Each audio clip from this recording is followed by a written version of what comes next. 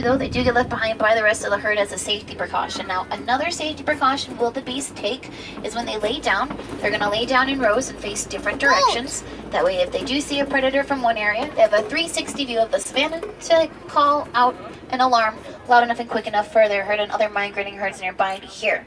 Couple easier views of the springbok there to the right hand side. Now obviously a lot of animals make a lot of different sounds, so it's important that each herd knows the other herd's distress calls, so that way if the wildebeest are in danger, those little springbok know that they probably need to be making their way to safety fairly quickly. Up ahead to the right hand side, you may already be able to have seen their large horns kind of hiding in the tall grass, though up ahead. We'll stop across from it. It's an Ankole cattle, also called Watusi cattle. A group is known as a drove, but they get their name, the Watusi cattle, from the Watusi tribes that originally domesticated them. So there's a drove over to the right, there's some more up ahead to the left. We'll stop for in just a moment. Now, unlike regular bulls or cows nowadays, these animals were not domesticated for their milk or their meat, rather used as a sign of wealth for the Watusi tribes. The more cattle they had, the wealthier they were considered. Their large U-shaped horns are anywhere from 6 to 8 feet long when fully grown from tip to tip.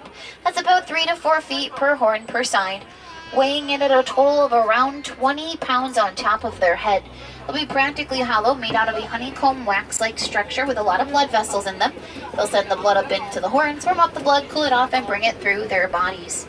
Now during the evening hours, the Watusi tribes would actually herd them all together, and they would keep them in a short farmland pen called a boma.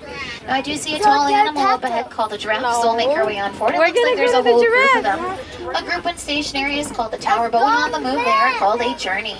These are Maasai giraffe that we see to the right and up ahead to the left. We can tell that they're Maasai based off of their messy jagged patterns. Giraffe is right here. Now, when born, the baby giraffe stands at 6 feet tall and it weighs in at 150 pounds, and the moms give birth standing up, so it's not actually a 6 foot drop.